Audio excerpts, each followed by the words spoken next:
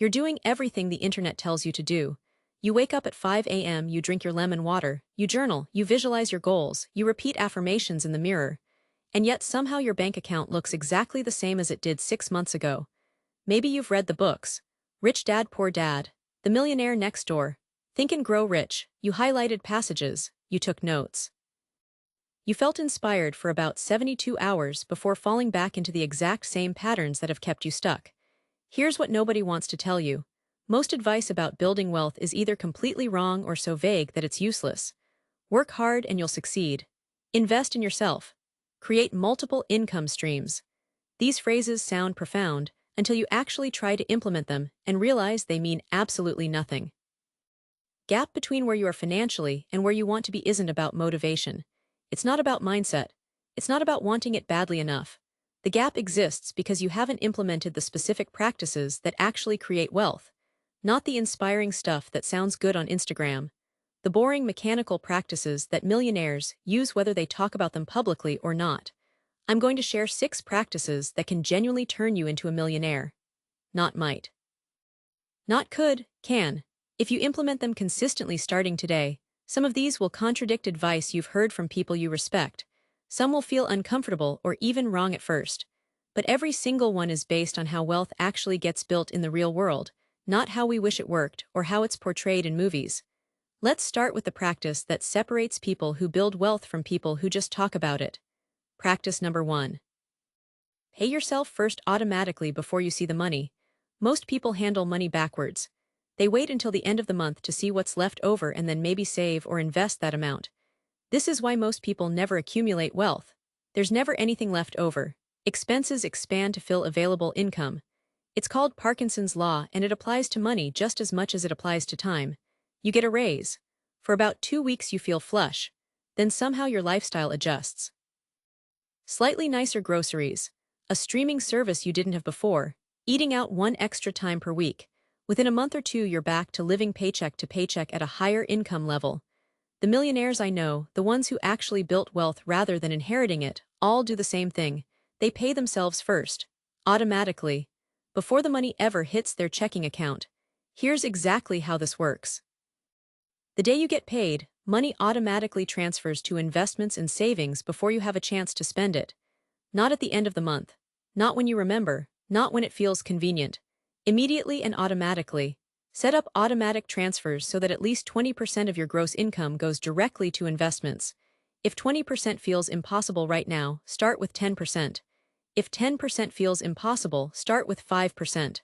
But start. The specific percentage matters less than the automation and the consistency. When you automate this process, something psychological shifts. You stop seeing that money as available to spend. Your brain adjusts to living on what actually hits your checking account. Within 2 or 3 months, you won't even notice the difference. But your investment accounts will be growing. I started doing this at 23 when I was making $38,000 per year. It felt painful at first.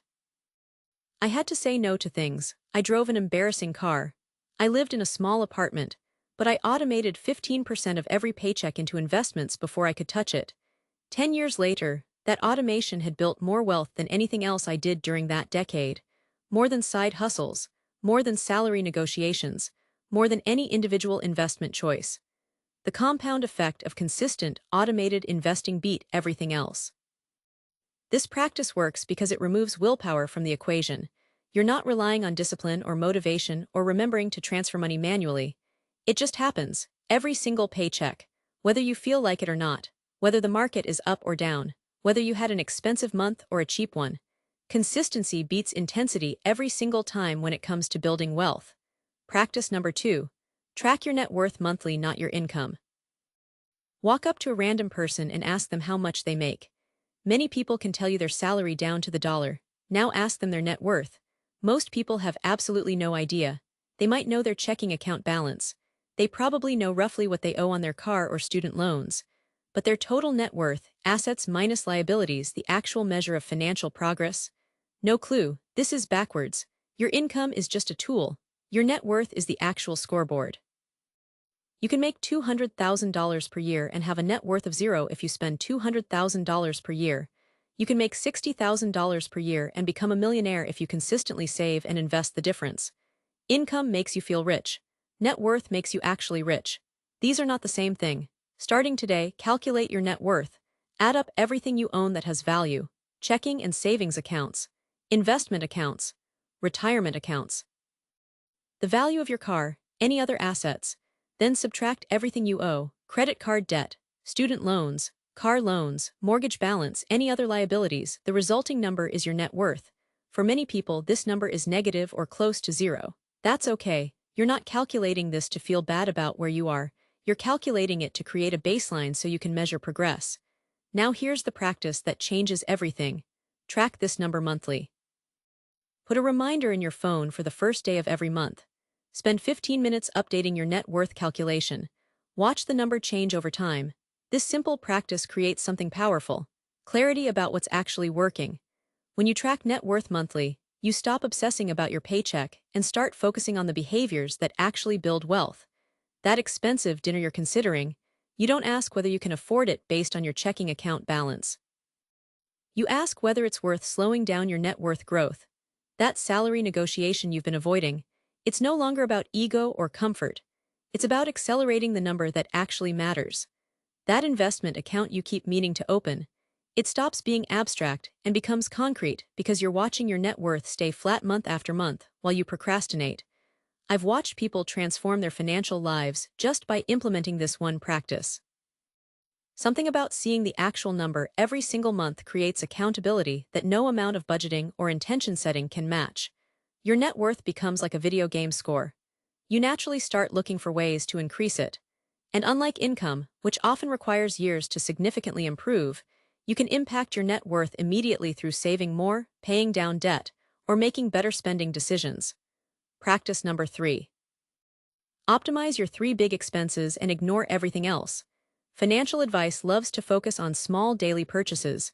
Skip the avocado toast, make coffee at home, cancel subscriptions, pack your lunch. This advice isn't wrong exactly, it's just irrelevant. Small expenses don't determine whether you build wealth. 3 big expenses determine your entire financial trajectory: housing, transportation, food. These 3 categories typically consume 60 to 75% of the average person's spending. Everything else, all the small purchases that financial advice obsesses over, fits into the remaining 25 to 40%. You cannot budget your way to wealth by optimizing the small stuff. The math doesn't work. But you absolutely can build wealth by optimizing the big 3. Let's start with housing. The general rule is to keep housing costs below 30% of your gross income. In expensive cities, this feels impossible.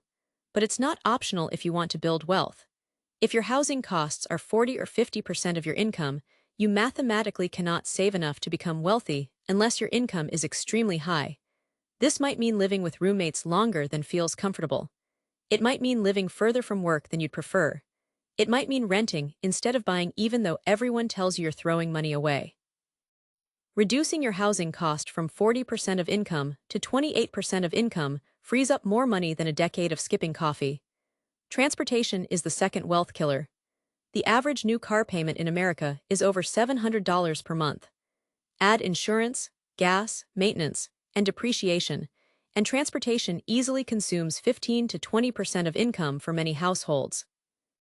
Meanwhile, a reliable used car purchased with cash might cost you $200 per month in insurance, gas, and maintenance.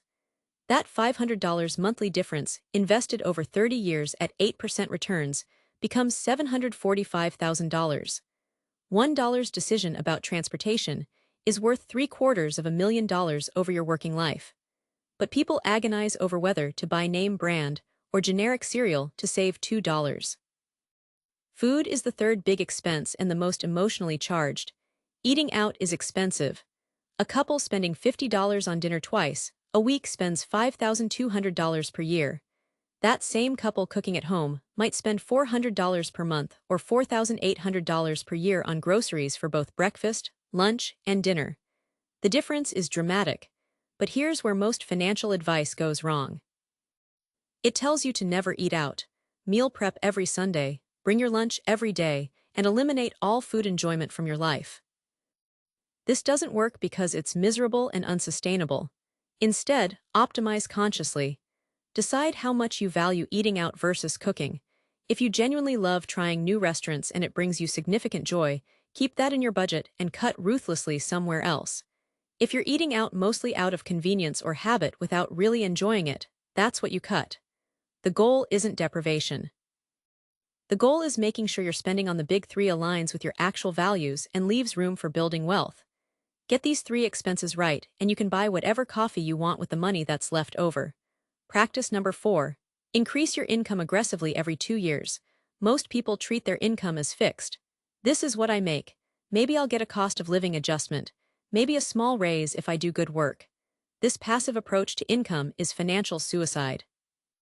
Inflation erodes purchasing power every single year. If you're not increasing your income by at least 3 to 4% annually, you're getting poorer even if your paycheck stays the same. But here's what most people miss. Small percentage increases in income create massive differences in wealth accumulation over time. Someone making $50,000, who increases their income by just 5% annually, will make $81,444 in year 10. Someone making $50,000, whose income stays flat, makes $50,000 in year 10. That's a $31,444 annual difference from consistent modest increases. But it gets better. If the person with growing income maintains their lifestyle and invests the increases, they're investing exponentially more each year, while the person with flat income invests the same amount forever. The wealth gap becomes enormous. So how do you actually increase income aggressively? First, if you're employed, negotiate your salary every 2 years minimum. Most people never negotiate. They accept whatever offer they receive and whatever raises their employer decides to give them. This is leaving enormous amounts of money on the table. Research shows that people who negotiate their starting salary earn over $500,000 more during their careers than people who don't. Job changes are the fastest way to increase income for most people. Staying at the same company typically results in 3% annual raises. Changing companies often results in 10 to 20% increases. Do this strategically every 2 to 3 years early in your career, and your income trajectory changes completely. Second, build skills that are valuable in the marketplace. This doesn't mean following your passion or doing what you love. It means developing abilities that other people will pay significant money for. Learn to code, learn digital marketing, learn sales, learn to manage projects, learn skills that businesses need and struggle to find. Third, create additional income streams. This doesn't mean starting a side hustle doing something you hate. It means leveraging skills or assets you already have. Rent out a room, freelance using your professional skills, create digital products, consult. The specific method matters less than the practice of treating income as something you actively grow rather than passively accept. I've increased my income by over 400% in the last decade, not because I'm special or unusually talented, because I treated income growth as a priority and took specific actions to make it happen. I negotiated aggressively. I changed jobs strategically. I built valuable skills. I created additional income streams. None of this was comfortable. All of it was worth it. Practice number 5. Invest in index funds and do absolutely nothing else. The investment industry wants you to believe that building wealth through investing requires sophistication. Stock picking, market timing, alternative investments, crypto, real estate, options trading, active management. This complexity benefits the financial industry. It does not benefit you. Here's what actually works. Buy low-cost index funds, invest consistently, do nothing else. An index fund is a fund that owns a little bit of everything in a particular market. An S&P 500 index fund owns small pieces of the 500 largest American companies. A total stock market index fund owns pieces of essentially every publicly traded company in America. When you buy an index fund, you're not trying to pick winners. You're buying the entire market. This approach has several enormous advantages. First, it's diversified. You're not depending on any single company to succeed. If one company fails, it barely impacts your returns because you own hundreds or thousands of other companies. Second, it's low cost. Index funds charge fees of 0.03 to 0.15% annually. Actively managed funds charge 1% or more. That difference costs you hundreds of thousands of dollars over a lifetime. Third, it works. Over the long term, index funds beat about 90% of actively managed funds. The professionals with research teams and sophisticated models mostly lose to the simple strategy of buying everything and holding it. Fourth, it's automatic. You're not researching companies. You're not timing the market. You're not watching financial news. You set up automatic investments and then ignore them for decades. The S&P 500 has returned about 10% annually over the last century. Some years it's up 30%. Some years it's down 20%. Over long periods, it averages around 10%. If you invest $500 per month for 30 years at 10% returns, you'll have $1,130,244. That's how ordinary people become millionaires. Not through stock picking or crypto gambling or complex strategies. Through boring, consistent investing in index funds over decades. The key is doing absolutely nothing when the market drops, and it will drop regularly. There will be years when your account balance decreases by 20 or 30%. This is when most people panic and sell, locking in their losses and missing the recovery. The people who become wealthy stay invested. They keep buying during crashes. They ignore the noise. They understand that market drops are temporary and long-term growth is inevitable. Set up automatic investments into low-cost index funds. Increase the amount you invest whenever your income increases. Then ignore your accounts, except for an annual rebalance. This practice alone will make you wealthier than 90% of people who try complex strategies. Practice number 6. Surround yourself with people who are better with money than you are. Your peer group determines your financial future more than almost any other factor. Show me your 5 closest friends and I can predict your net worth with shocking accuracy. This isn't motivational speaker nonsense. It's observable reality. If your friends all lease new cars, you'll feel pressure to lease a new car. If your friends all spend every dollar they make, you'll feel weird about saving. If your friends all think investing is gambling or something only rich people do, you'll never prioritize it. The reverse is also true. If your friends talk openly about investing, you'll learn about investing. If your friends drive used cars and save aggressively, those behaviors will feel normal. If your friends negotiate salaries and start businesses and optimize their finances, you'll do the same. Your environment shapes your behavior far more than your intentions do. You can have perfect knowledge about building wealth. But if everyone around you spends money on status and lifestyle inflation, you'll get pulled in that direction despite your best intentions. So how do you change your environment? First, audit your current peer group honestly. Are the people you spend the most time with financially ahead of where you want to be or behind? Are they building wealth, or are they stuck in the same patterns you're trying to escape? This isn't about judging people or abandoning friendships. It's about honest assessment. Second, actively seek out people who are better with money than you are. Join communities focused on financial independence. Attend meetups about investing or entrepreneurship.